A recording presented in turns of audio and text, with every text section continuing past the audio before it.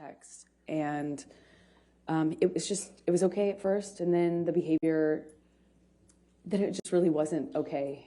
It was up, down, he'd be mad at me, then he was wanting a hug, he cried a lot, and then he, wanted to have sex a lot, which is just not like Johnny at all. And it was just like that. It was just up, down, mood, and it was like I felt like I constantly was catering to the mood, that whatever he was going through at the time. I was just trying to adapt and kind of roll with it and provide support. I was taking his blood pressure. I was on a schedule and constant communication with the nurses about delivering the meds, giving him his meds at a certain time. I was just trying to take care of him. And a few days in, the effects of the detox really started to change.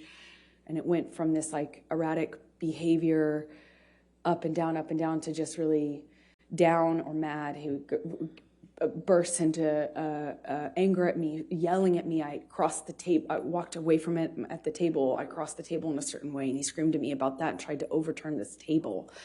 Luckily, it was bolted down to the deck, but I remember him shaking it and screaming. And at a different point, he was really calm and sweet and thanking me. And then another, he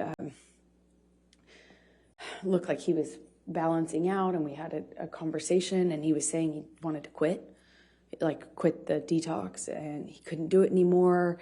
And I was trying to find the language to encourage him.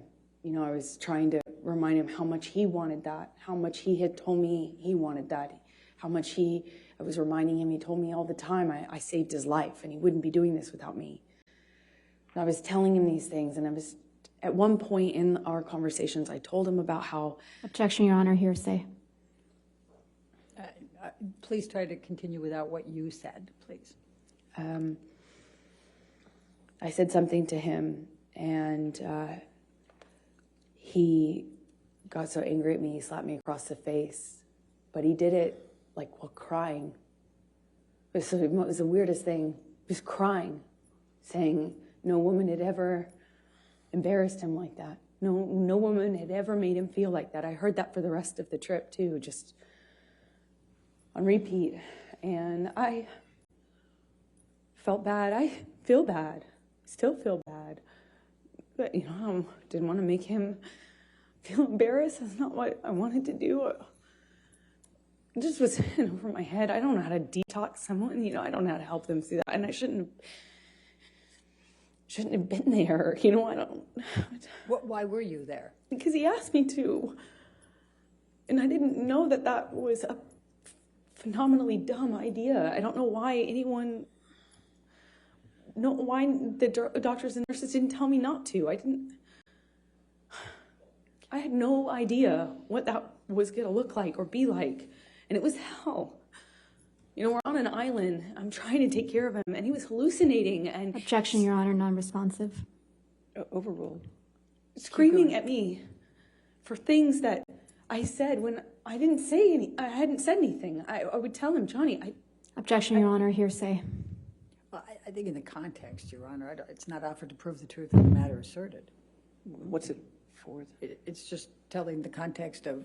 I'll sustain the objection. Thank you. Please continue and just say what he says and what he did and what your observations were. He was accusing me of having a man in the house with me. We were in a single, in a cabin. It's basically one room with a closet and a bathroom. I mean, there's nowhere to hide, really. I mean, there's a closet and a bathroom. And he, at one point, told me that I was hiding somebody in the house. Another point, he was communicating with someone not in the room. It would yell at me and then yell at someone else. It wasn't there. And I tried to ask for what I should do. I didn't know what to do. It was terrifying and strange. The whole week was... So